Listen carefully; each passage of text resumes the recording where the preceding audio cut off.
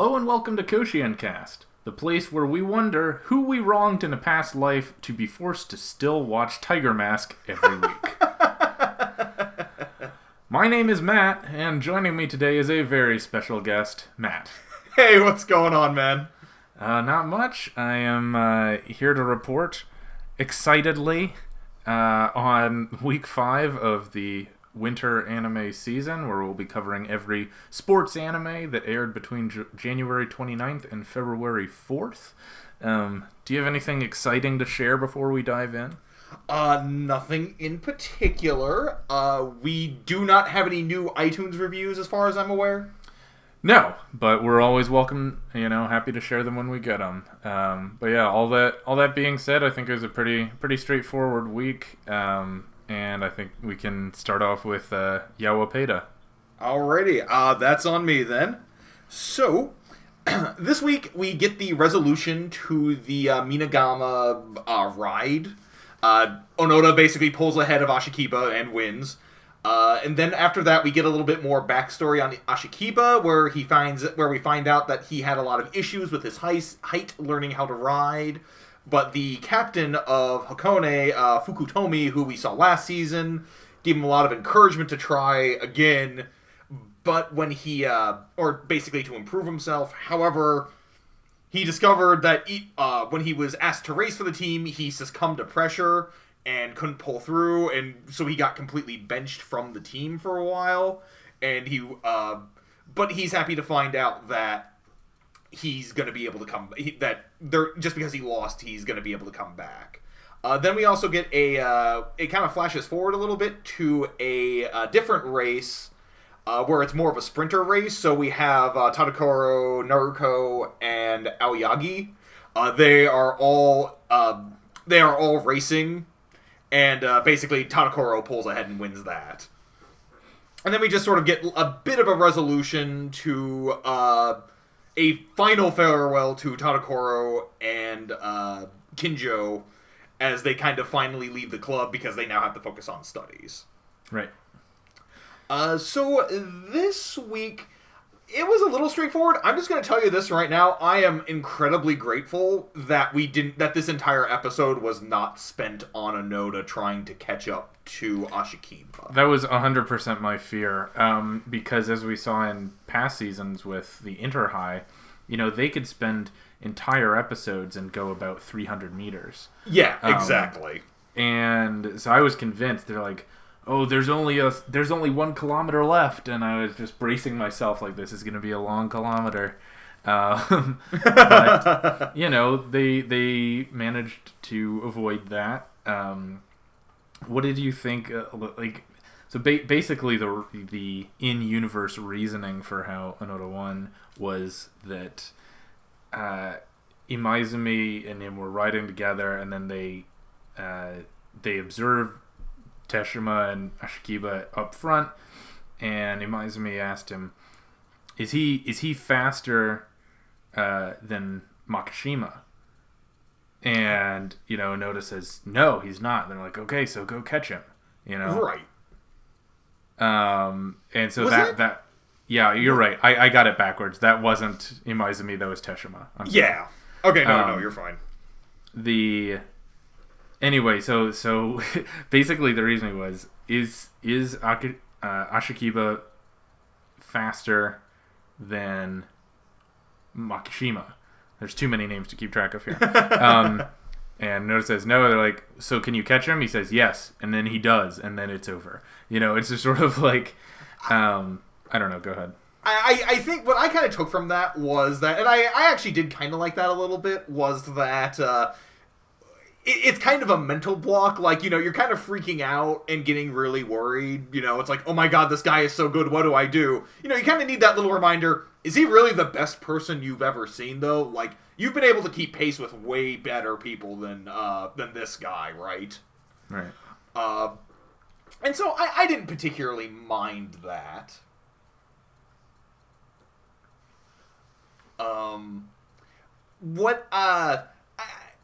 I thought it was interesting that this entire episode was kind of setting up the Sohoku team to basically play catch up to the third years, because what we had during this was even though Onoda won, he still he wasn't even close to Makishima's best time for the Minagama run, because they had that little reminder at the end. It's like, he was off of this by like an entire 34 seconds.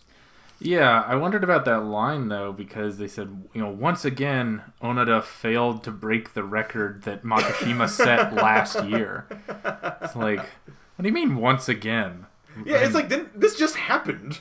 Yeah, like, if he set the record last year, then how could it fail? How could he fail to break it again?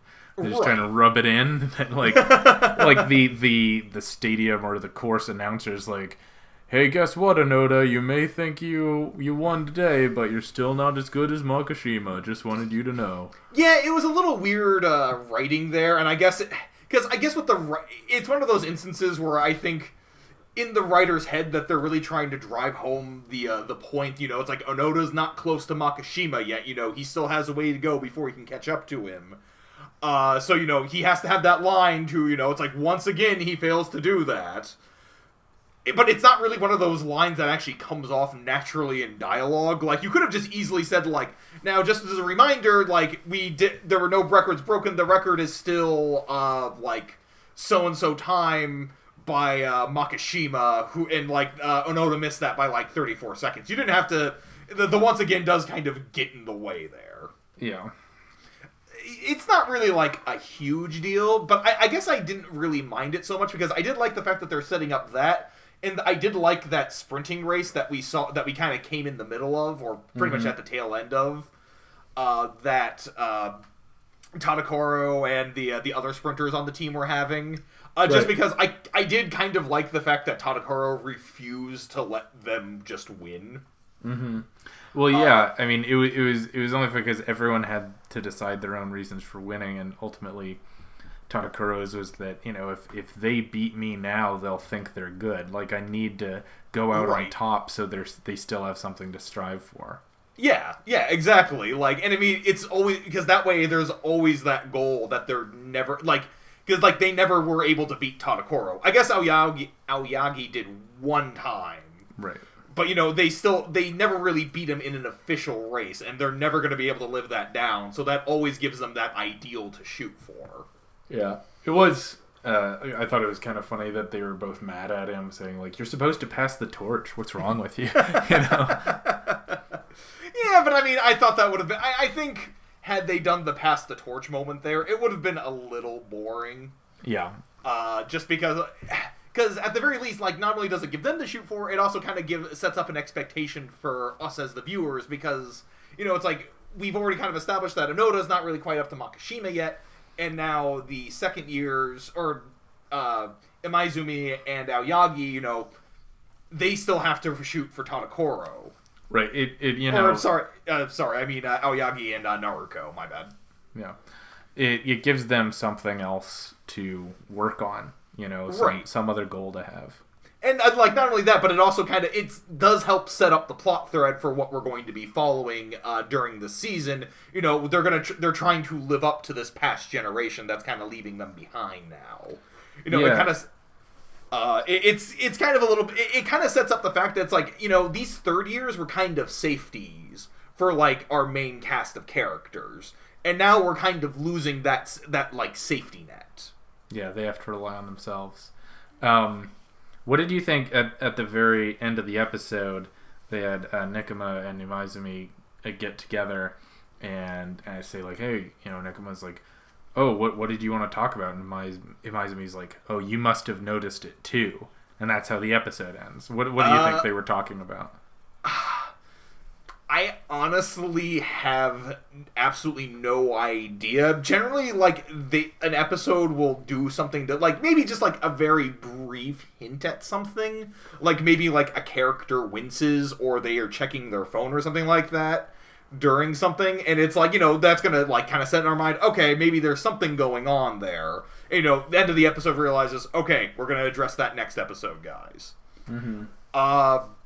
We didn't really get anything like that in this episode. It's it almost feels like a little a little heavy-handed in kind of trying to sort of force a little bit more drama into the situation. Like, because we're not getting that satisfying setup and then the payoff to it. Yeah, well, for what it's worth, my assumption was because this happened right after they had the retirement ceremony, such as it is for Kinjo and Tadakuro. Right. And so I figured they were likely referring to the fact that, okay, didn't you notice there's only 5 of us now left, and like we don't really have anyone else to fill out the roster in order to keep us competitive. Right. We need to start recruiting. That's what I assumed it was. Okay. Well, because it's interesting, because they do have 7 teammates, because they have that one kid whose name just basically escapes me. I think it's Yananagi, I think. Yeah. He was always kind of treated as like the comic relief last season, who didn't really, because he was the one who always pretended he knew what he was talking about, and while he did slightly, he also wasn't very good. Right. I did kind of appreciate in this episode that they did start up just a tiny plot thread for him, because he's kind of frustrated that he keeps falling behind like all of the other members of the team. So I'm kind of glad to see that they're going to try and take his character in a little bit more of a dramatic way. Do you know who that other guy on the team was? Because there were 7 people wearing jerseys in that room. I have no idea who the other guy with glasses there was. Yeah, no, I was very confused by that myself. Like, I was trying to think, it's like, did they have, like, another member on their team, like, that they showed, like, very early on? But never really came up, because he was just always, like, a regular member. I don't know. Whoever it was, he wasn't at the Inter-High, I can tell you that. Yeah, exactly. Like, yeah, he was, it's like, at the very least, Aoyagi and Teshima were around during the Inter-High, even if they didn't have a whole lot to do. Yeah. So, no, I have no idea who that was supposed to be. Okay. But I imagine that they're going to find, like, it's probably going to jump ahead a little bit, because this is the end of the cycling season, so they'll probably jump ahead a little bit, and they'll finish their, like, the school year or something, and then they'll, like, have this recruiting episode where they find the elite cycling first year, whatever. Right. Because he's in the promo art, right? We've already seen the character. Yeah, we know that there's a character, and we haven't met him yet. Who's gonna right? And that's honestly one of the big issues with a lot of like promotional and marketing material, and we'll get into this a little bit later during the Minami Kamakura section. Is like it does kind of spoil a little bit of the fun. Like it's like, oh, who's this character? It's like, ooh, who are they gonna get? Well, we've seen the promotional material. Yeah, or the opening animation. Yeah, or the opening animation. They kind of spoil that. Yeah. But anyway, do you want to move on to something that was not spoiled for us? By all means, talk about March Comes In Like a Lion. Alright, it indeed does. So March Comes In Like a Lion, episode 16, kicks off with Ray having to make up some science experiments because he had missed class. And so his teacher drags him to the after-school burners club where he observes some science. Right. And then is allowed to run off and try and see the end of the match between Goto and Shimada. He runs in, and Goto is talking with journalists and smiling, and so he's worried at first because he thinks, like, oh my gosh, did Goto win that fast? But he runs inside to where the match took place, and he sees Shimada sort of bent over the board with his head in his hands. But because Ray is a shogi player, he knows that actually means that Shimada won, and he's just trying to collect himself because he's so mentally exhausted. He ends up, after an extended conversation, Shimada and Ray decide that Ray should join Shimada's professional workshop. And so later on in the episode, he meets up at Shimada's house along with Nikaido and a new character named Shigeta, and they practice together. Shimada's kind of out of it, but the rest of them have this spirited debate about strategy.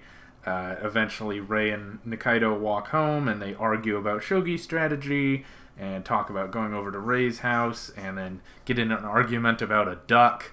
And they get really excited and basically are just hanging out as friends, which of course is something that we can talk about as being new for Ray. Right. Overall, what were your impressions? You kind of touched on it a little bit there at the end. I thought this was a real solid character building episode for Ray because he is actively now getting involved with other people. Yeah. Because he actually, normally Ray likes to try and stay off to the side while other characters kind of sort of steal the spotlight for him. I did love this scene in the workshop where both Nikaido and Shigeta are kind of arguing about, it's like, well, what's the better strategy? Like, do you place the rook here, or how do you move your rook around? And, and at first it seems like, Ray's just going to be entering in this conversation and be like, well, guys, it's okay. Like, both of them are, fine. Like, both are fine strategy. But then he kind of gets, really involved with the conversation and is like, yeah, no, they're both valid, you losers. Yeah. I kind of like the fact that Ray is actively, arguing about shogi. It's the most passionate we've actually ever seen him about the sport. Because normally, again, in the past, he's always kind of treated shogi as being this sort of... It was kind of a means to an end. He kind of did it because there was nothing else in his life, and it was the only way he could really get into this, into his father figure's household. Right. But now we're actively seeing him, having fun engaging other people with shogi.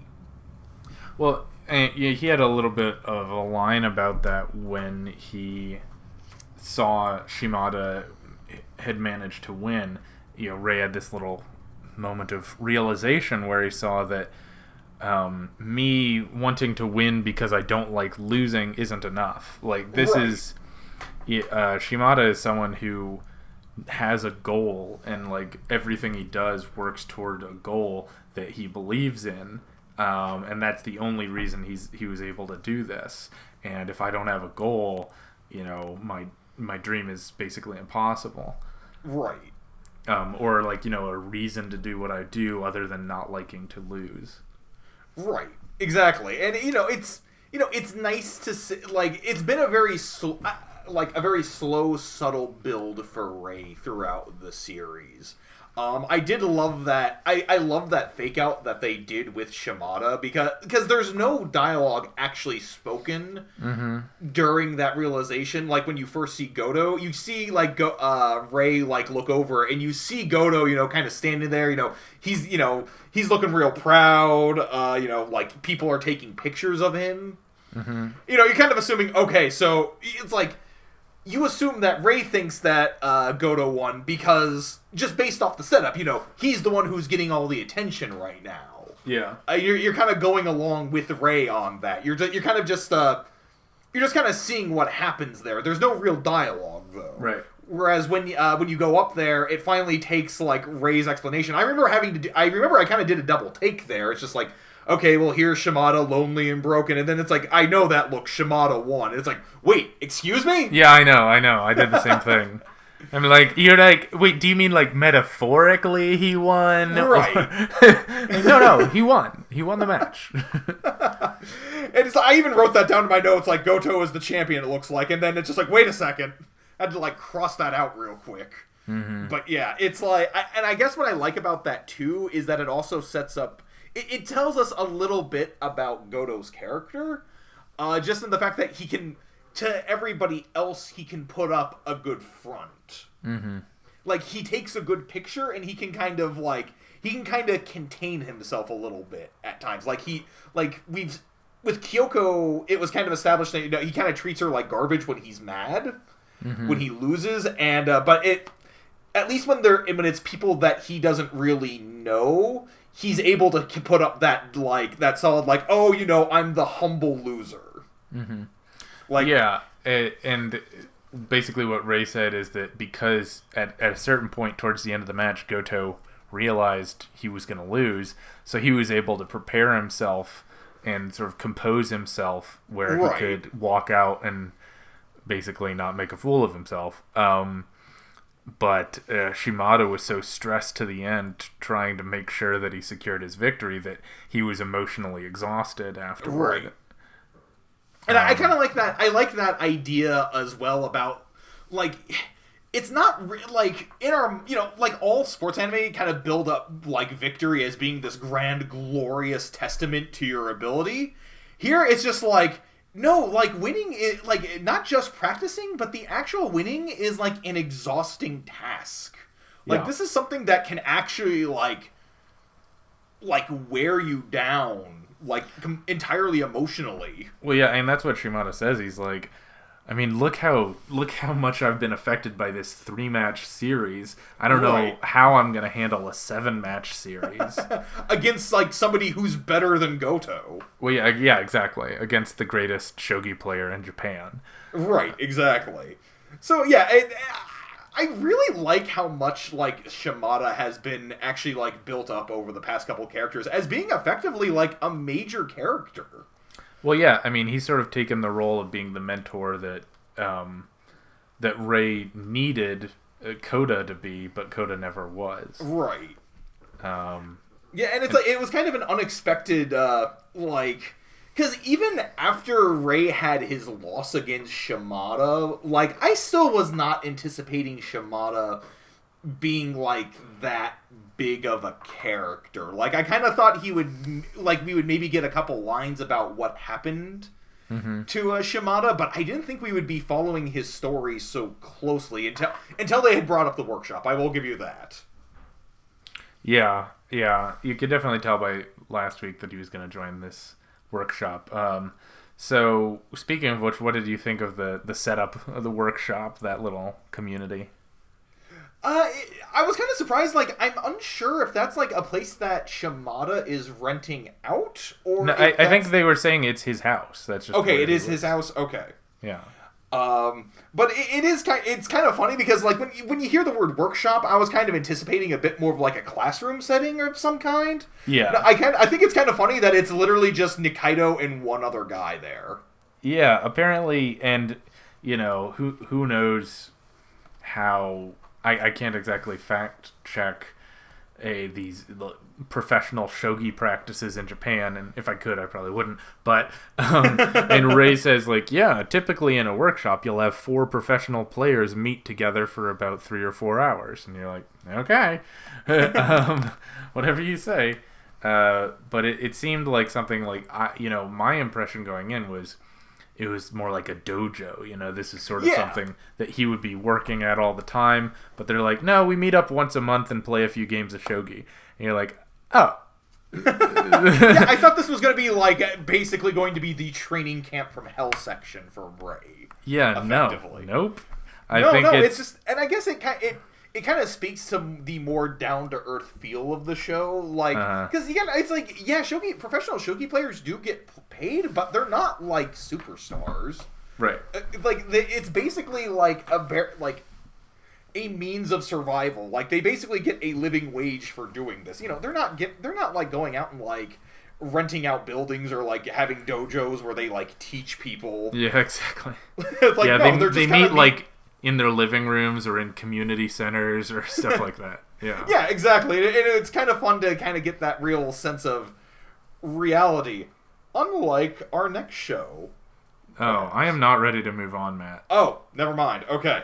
Because I don't think that, well, there are two things I want to bring up, and I'm sorry for eating up time or whatever, but the first and most important is the After School Burners Club. Oh, right. I knew you wanted to talk about this. I mean, there's not a ton to say, but I did like the opening where Rei has to do a science experiment, and his teacher says, like, well, the only people around are the After School Burners Club. And I'm like, I don't know what... Is that a thing? But yeah, it's a club for people who love using Bunsen burners. Sure. And they're in there making soap. Right, because they're going to sell the soap around the school. Yeah, sure. But I guess the only thing I really need to say, and the reason it's truly worth watching, is that they're led. This club is led by a second-year student named Noguchi, who looks like a middle-aged man and has a big bushy mustache, which he's just a wonderful character who refers to. So Ray accidentally spills some chemicals together, but it ends up smelling really good and gives them a new recipe to experiment with.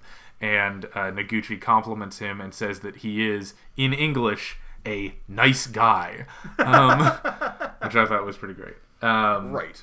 And the only other thing for this episode I wanted to mention was that so early on Ray is talking to his teacher, and basically he says that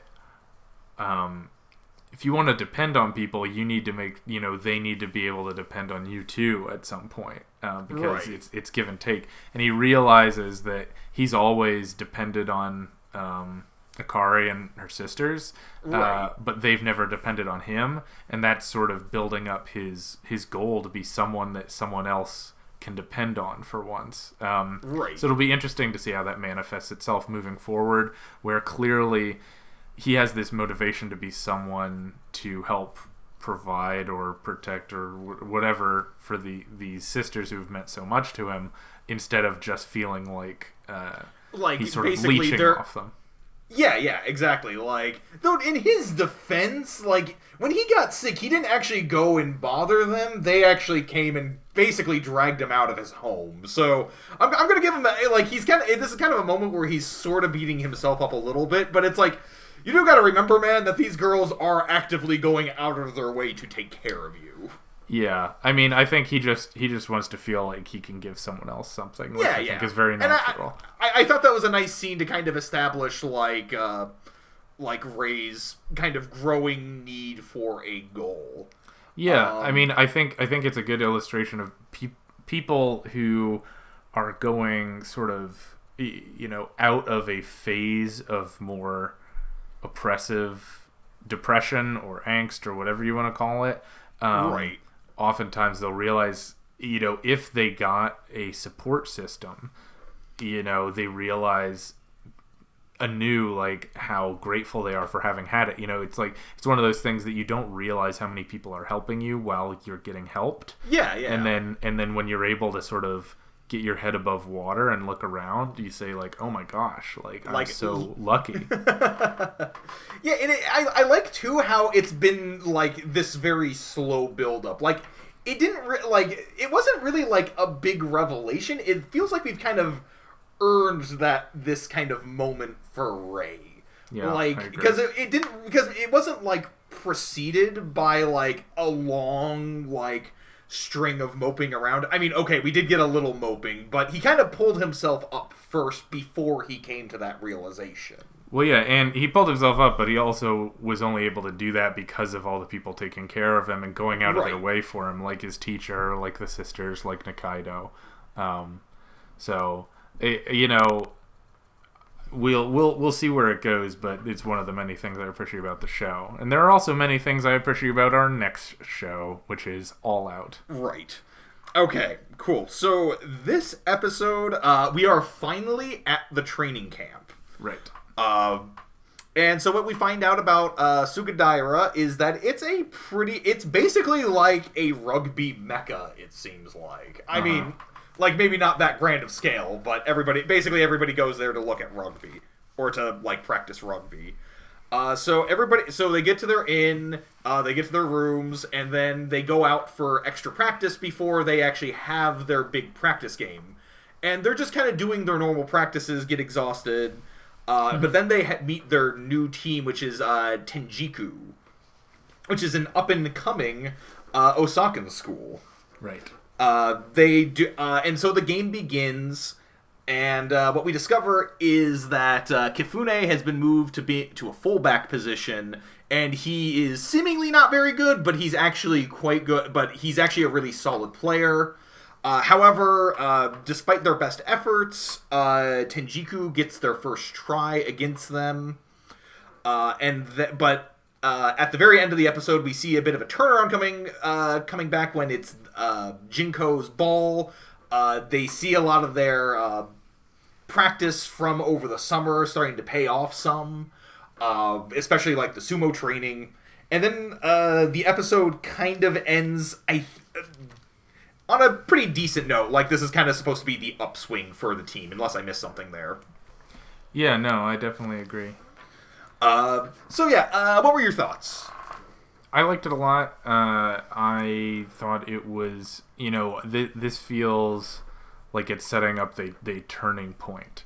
Right. Because the Tenjiku is a team that has one really elite player and several good players. Right. It's the sort of team that Jinko would lose to all the time before because they just couldn't organize and overcome one elite player. So I think what you're gonna see here is that their training has paid off, and they are able to organize as a group to sort of neutralize that one elite player. So I think it's the right kind of team to illustrate Jinko's growth, because they've the earlier episodes they had them playing like the elite schools in the prefecture. So of course they went in knowing that they were going to lose.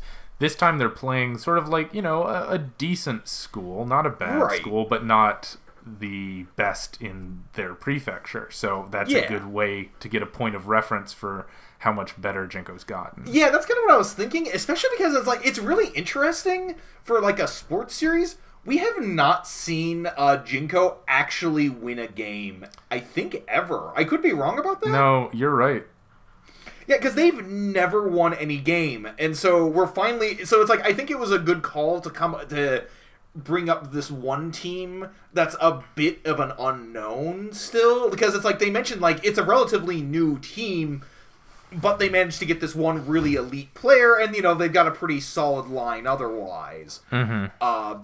So and it's like, but there's just enough vagueness in there about their team that it's not like it sets a good reference base, while also not like setting the bar too low for them to struggle against them.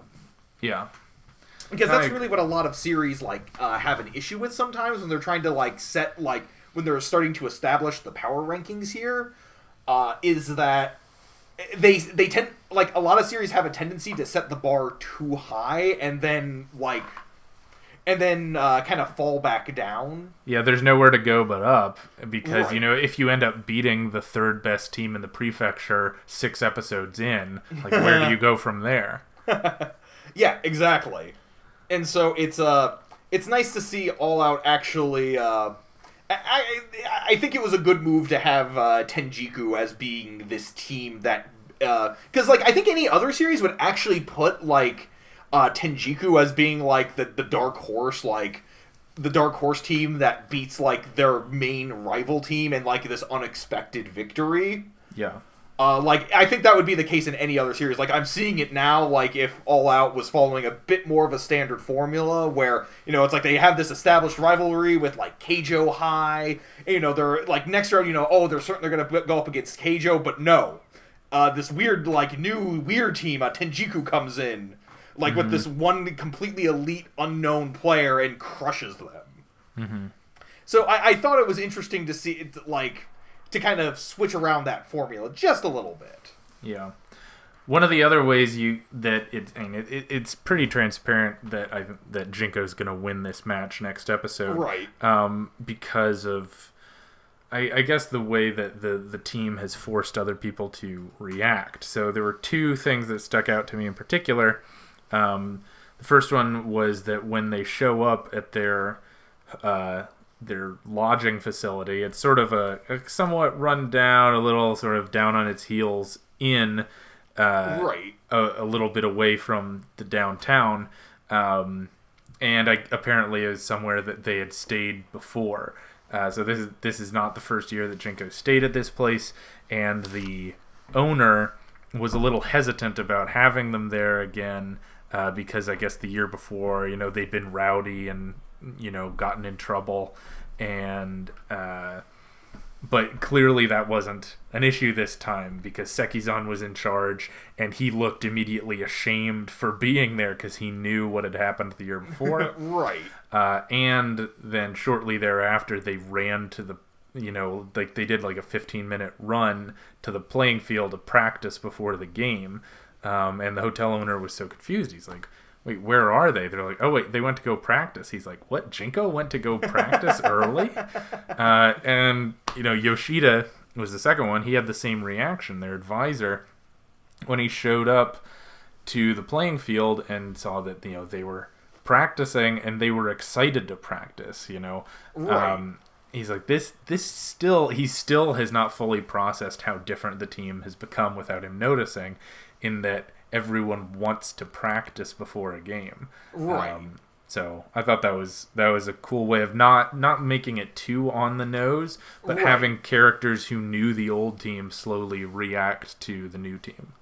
Right. Yeah. I mean, that's interesting. I actually hadn't really quite thought about it like that, because I was kind of just taking this as like, because the way I had taken it was that it was like this was all kind of leading up for the introduction of Miki, who I don't know is going to really be that important of a character, but for some reason she's sticking around in watching the game. Who's Miki, Matt? Miki is the niece of the Ibuka Inn owner, who is working there and discovered that they had some desserts left over, so she went to go take them to Jinko, and she decided to just stick around and start watching the game. Yeah, I think it was gelato, but they referred to it as jelly. Jelly.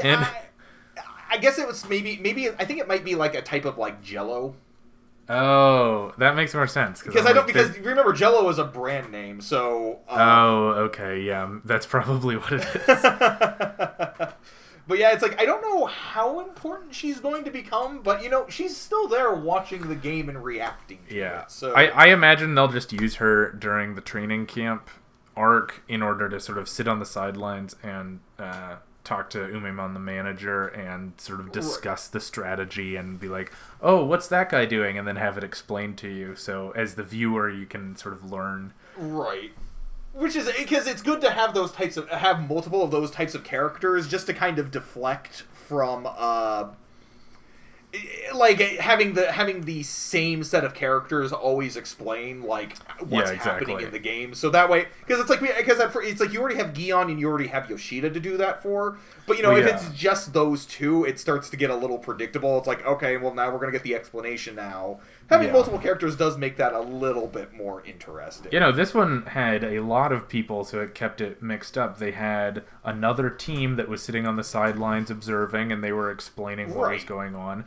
They also had the coach talking to some of the other players about what Kifune was doing well and why he was doing it well. They had Gion always needing to learn, and they had Miki not totally understanding what was going on and having that explained to her by the manager. So they had 4 different ways that the game was being explained. So I thought that was really, solid. Again, it makes it a little bit more natural to actually have multiple characters there who need that explanation.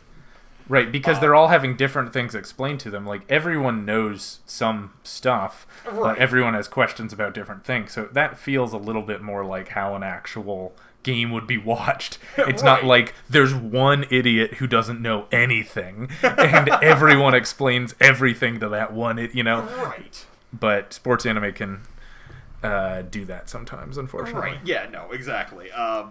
Again, it's not really like, had the series had just like the one idiot who didn't know anything, that's fine. Like, it's not really that big a deal, but it's in the details. Like, the details tend to help. It's a nice bonus. It helps you not draw attention to those things while watching. Yeah. One other thing along those lines I wanted to mention as well was actually the city of Sugadaira. Okay. And it's a minor thing, but it's like, one of the things that they mentioned is like, hey, they actually have rugby stores here. Yeah. And this was a very minor detail that I think before we started this podcast, I never would have appreciated until now. Just on the basis of, like, thinking back to, like, Scorching Ping Pong Girls. Like, the girl, like, I don't even remember, whatever her name, blue hair girl is, her family owns a ping pong shop with all sorts of different types. Why is that like a decent business? Like, like, I don't know, who cares? Like, and there was no explanation for it. Yeah. But in this, it actually makes sense because before we've already seen them go to just like, for their rugby stuff, they just generally go to like a general sports store. Mm-hmm. Whereas now they're in Sugadaira, which is actually like it's like this is a city that's kind of known for rugby. Like this is where everybody goes every year for their big like rugby meetups. It's the only place that has a reason to have a rugby store. Yeah, exactly. They mentioned it's like, hey, there's multiple rugby stores here. It's like this makes sense. There's actually, it's like it makes sense for there to be rugby stores here because this is a major market for it. Yeah, the way I kind of thought about it was it's like an equivalent, if you know Cooperstown in New York. Okay. Which is where the Baseball Hall of Fame is. It's effectively like a baseball village. So everything in the town revolves around the Baseball Hall of Fame, and it has like a disproportionate number of baseball fields and baseball stores because of it. So it's sort of like a temple to baseball, as it were. So I imagine, I don't know if Sugidaira has the Japanese Rugby Hall of Fame or anything, right. But culturally they realize that that's their niche, and so they're overrepresented on everything rugby, the same way Cooperstown in the U.S. is overrepresented in everything baseball. Right. Okay, interesting. So there we actually have an example. It's like, yeah, this is something that actually does happen. Yeah, of course, definitely. So again, it's like it helps establish the world. Like All Out on its own would be fine, but it's like it's a lot of just these small details that are really helping like build it up. Yeah. My favorite small detail was the fact that after watching Kifune play fullback really well, Guillaume, who always takes notes during the matches, wrote down "plain is good." Yep, I made note of that myself. That was because it's like you see him like very intently making notes, and then you finally get a peek at his notes, and it just says, "Hey, plain's good." Yeah, like what? Why do you feel like that's the conclusion? Is like that's your takeaway from that? Yeah. Anyway, so speaking of something plain, do you want to discuss Tiger Mask? That was a surprisingly effective transition. Please, by all means. Thank you. All right, so the the New Japan Pro Wrestling Rural Japan bus tour continues. Apparently, I don't know why this started, how it started. It's just happening, and we can't unmake it happen. And it starts off with a wrestler, an NJPW wrestler who apparently exists, named Makabe. Sure. Who shows up and asks Tiger Mask and Haruna whether they like sweet stuff. And then they all talk about how nobody likes Makabe. Eventually, he forces the two of them and another wrestler named Honma to accompany him while he samples the sweet delicacies of the city they're in. Doesn't seem too rural, but whatever. And he goes from bakery to bakery across the city trying to purchase the limited items at each bakery, so like their specialty item or whatever. And every bakery he goes to, they're sold out of their special item. And they're very frustrated, but they find out that there's some foreigners who are buying up all the pastries. And they assume it's Global Wrestling Monopoly, but it's not. It's Bullet Club, who are other Japanese wrestlers, and they're sort of like, and they're an actual wrestling group in Japan. It's a group of Tongan wrestlers, so yes, they're foreign, but they're not GWM. And so their leader Kenny goes around and he wants to buy all the sweets so that Makabe can't get them, and so he purchases hundreds of sweets and eats all of them himself, apparently. And then they get in a street fight over strawberry cream puffs because Kenny eats all the strawberry cream puffs. There are several counts of assault that don't get reported. And eventually they go back without having purchased any sweets. And there's a 3-person match, so Makabe, Honma, and Tiger Mask are on the same team, but Makabe doesn't care about fighting because he wasn't able to get any sweets, so what's the point? But it turns out the winner of the match gets, you guessed it, sweets. Yeah. So he gets super motivated, and they take down Bullet Club in a dominating fashion, and because all of them have stomach aches from eating too many sweets, and they win the end.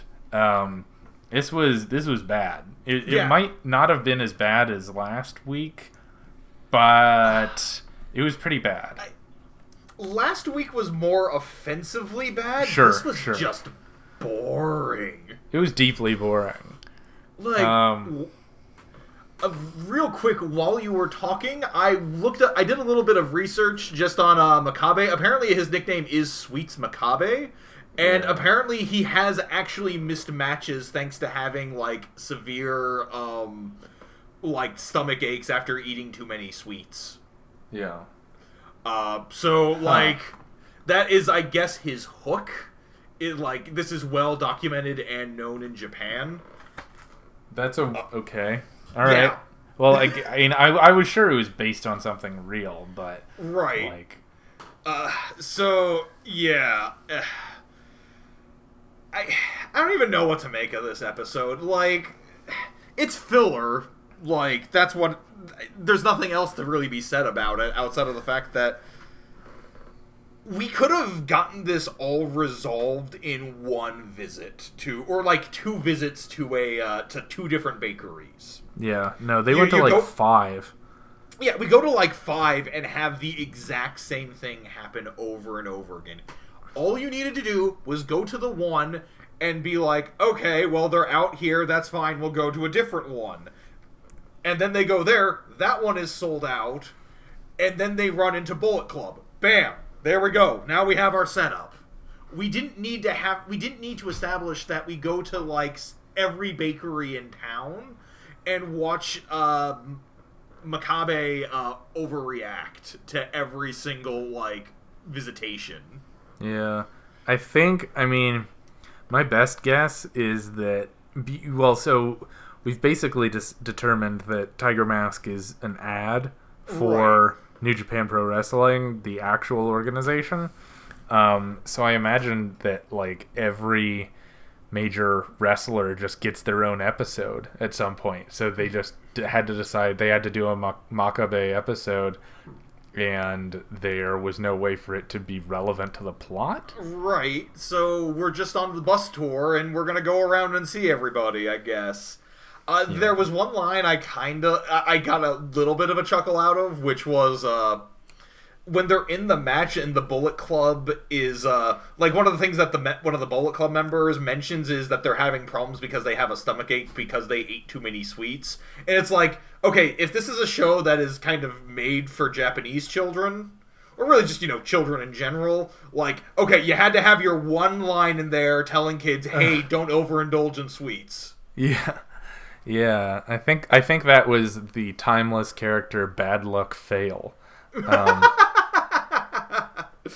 Yeah, is he the one who has like the kiss type face? No. That's I think his name is like Tamal Tonga or something like that. Right. But anyway, he was in an earlier episode, and there he is. It was an almost intensely uninteresting episode. Right. I did also get a laugh at Hanma at his specialty technique, which is basically falling over and landing on people. Yeah. There are several shots. So Kenny's on the ground, and Hanma just like does a plank and falls face first onto his abs. Yeah, basically he like headbutts them, but in like the weirdest way possible. Because as you mentioned, he just sort of planks on them, and just sort of just lets gravity do the work for him. Yeah, it's not as if he's diving into them or like creating some additional force. He's just falling over. Which, I mean, again, if Hanma's a real wrestler, I guess that's what he does. But it's like I can't imagine this is actually that effective. Because literally, you have to make sure that they're stuck on the ground in order to do this. And I have to imagine, like, a knee drop has got to hurt way more than just somebody lightly falling on your stomach. Yeah. I don't know. It's bad. It's weird. I don't really want to talk about this anymore unless you're... I have nothing else worthy or interesting to say about it. So, speaking of something else that was deeply uninteresting, do you want to talk about Minami Kamakura High School Girls Cycling Club? No, you do. Okay, good. I'm glad. Okay, so this episode, we the bike shop owner next to the cafe comes back. She looks like a little girl, but don't worry, guys, she's an adult. And then she lets the girls try out her bicycles because they need bicycles. You know, because they're a cycling club, yet nobody owns a bicycle. Yeah. Also, they need to figure out something to do for the cycling club. Did I miss anything? They learn about different kinds of bikes. Yeah. I mean, we get a lot of montage shots of them trying different bikes, and we have a very long discussion about different types of bikes that is then punctuated with a line about how the cafe shop owner likes the fact that the store manager is very childlike. Yeah, I guess the only other plot point I had was at the very end. Shiki, their club advisor, gets a poster for the Night Criterium race. Okay, yeah, that's right. Which is clearly going to be the way that they prove they got results, whatever that means. Do you want to talk about that intro segment with the principal? Yeah, basically they're like, okay, well, you need results. Okay, sure, so what do we do? I don't know, you figure it out.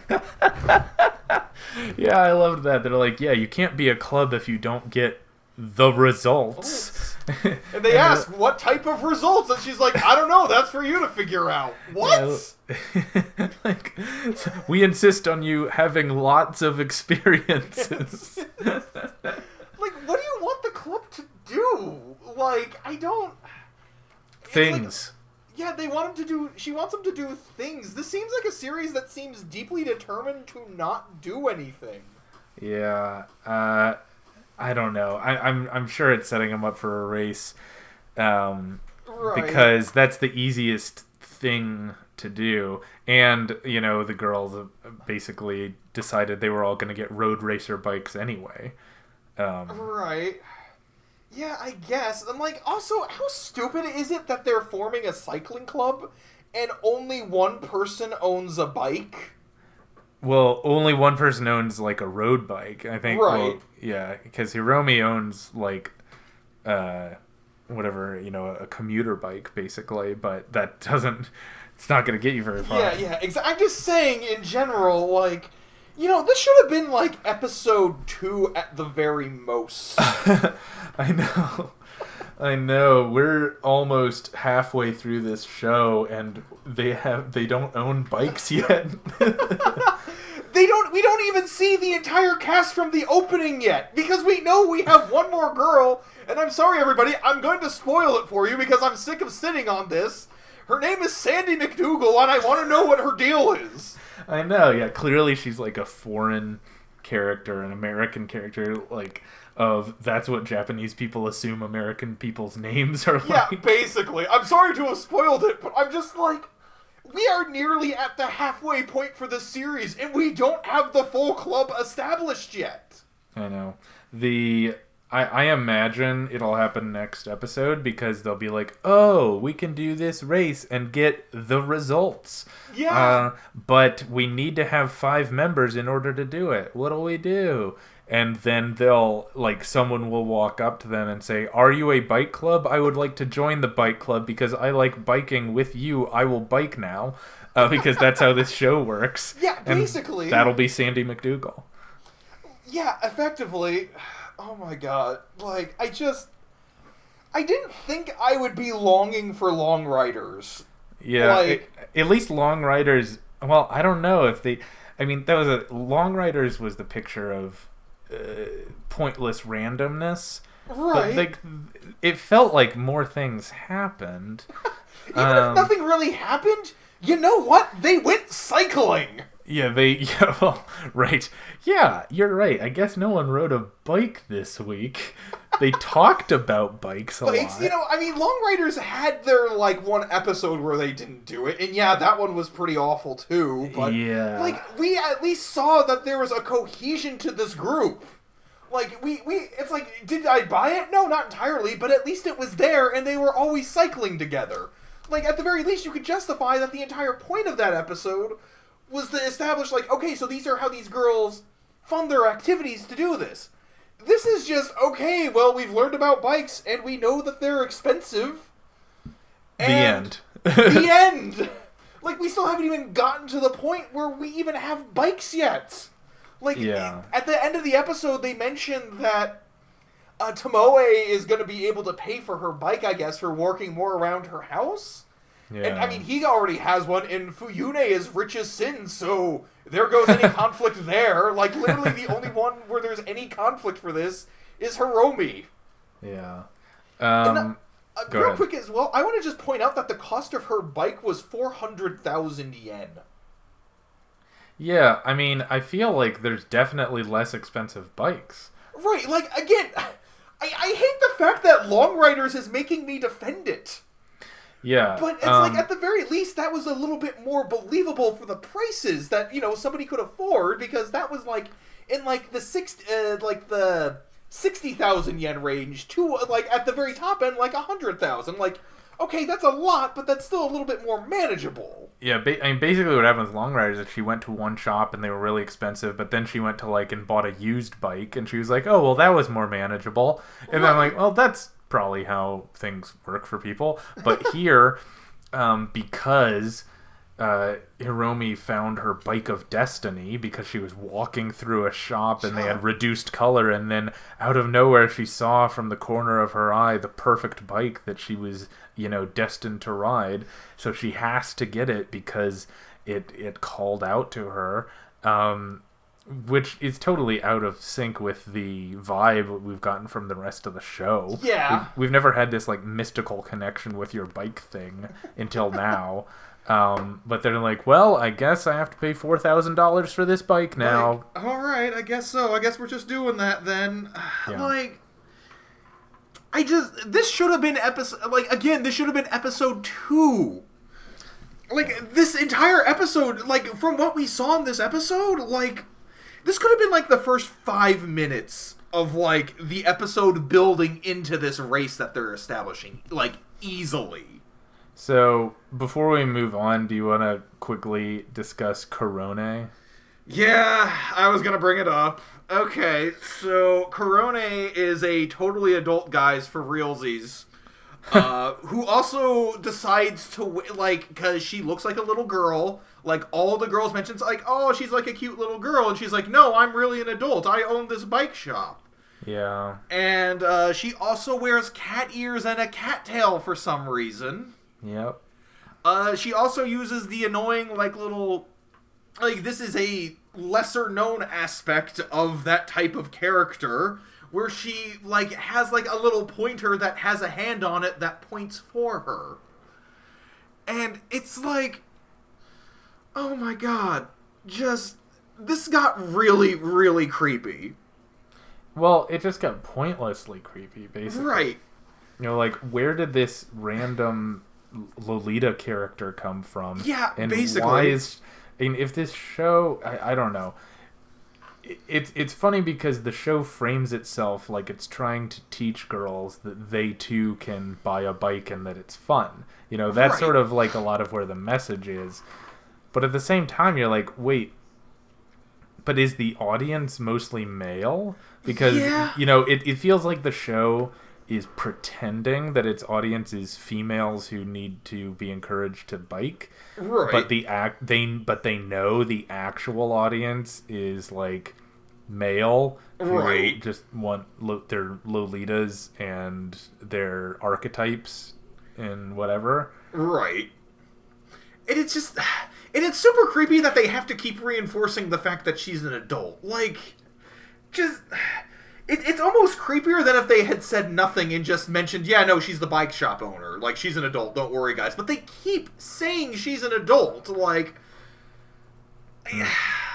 Oh my god. We don't need to dwell on it anymore. It's a bad show, and I can only say that I look forward to meeting Sandy McDougal. I did want to touch upon one other thing that you would actually mention there, which was it does feel like it's touching a little bit into what we were talking about with Long Riders, about, like, the point of Long Riders, which was kind of meant to be, like, this sort of gentle encouragement to otaku to maybe try and do something. Yeah. Like, that's kind of what this feels like, only it feels even more... Somehow it feels more ham-fisted in that regard than Long Riders did. Because literally, all we did... We had, like, a good, like, 5-minute section just discussing the different types of bikes. Like, at the very least, in Long Riders, it was framed as an actual conversation between different characters. Yeah, this was like a lecture. Like, this was literally like a lecture. Just like, okay, girls, sit down. I'm going to teach you about all these different types of bikes. And it's like, okay, I guess, so they're just trying to tell otaku, hey guys, look, you see all these girl characters here? Guess what? Well, you know, here is also information on bikes. Maybe you want to deal with that? Huh?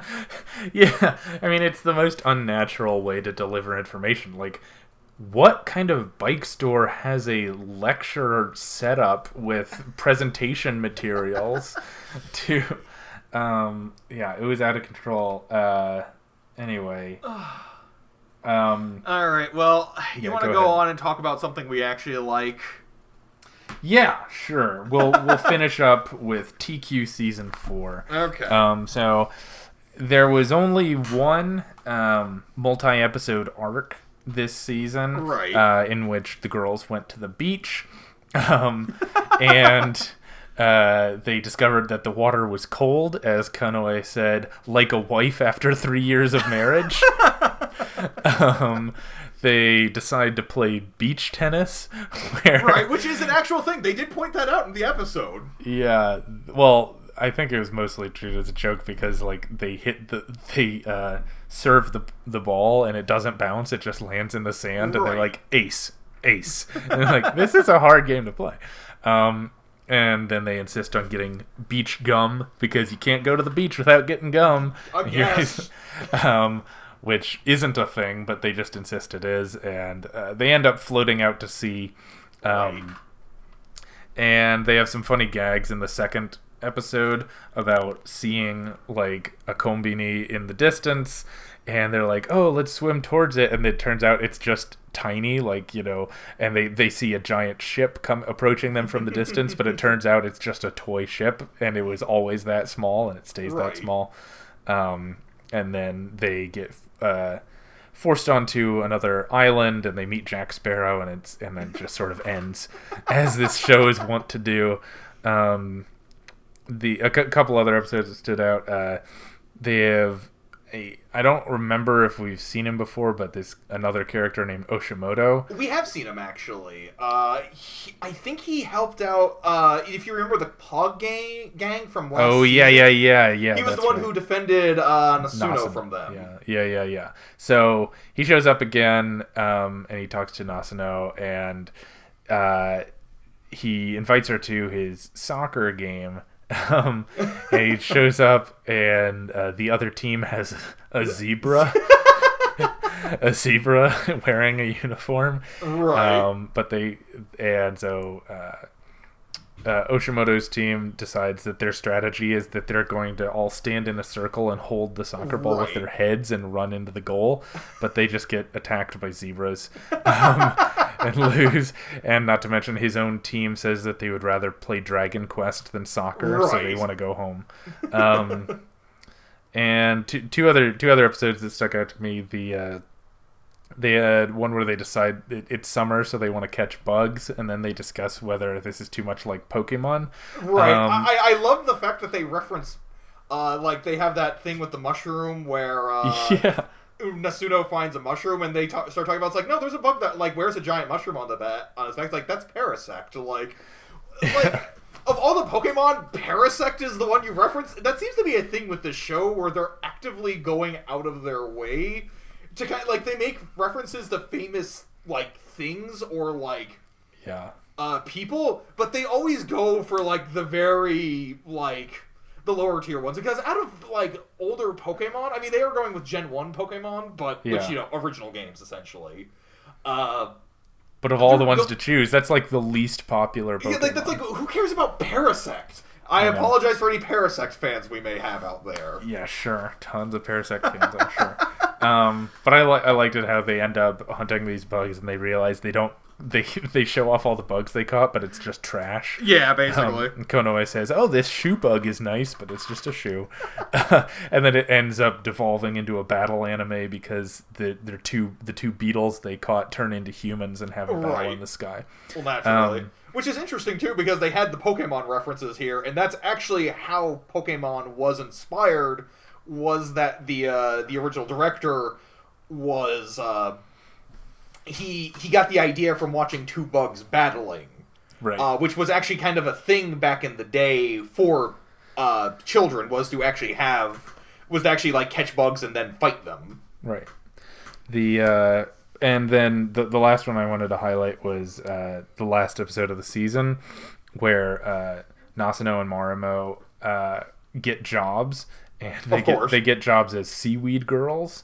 And so Nasuno's like the hot model showing off the seaweed, but Marimo has to dress up as seaweed. They end up getting caught up in an argument between seaweed otaku who argue about what the best kind of seaweed is. And then eventually they get another job in which Nasuno becomes the pharaoh of Egypt, and then the season ends. Of course. Well, I mean, don't forget that Marimo is her slave. So well, yeah. Because remember, they start off both as slaves in ancient Egypt, and then Nasuno decides to upgrade and become the pharaoh. Right. Of course. How could I forget that important detail in this show?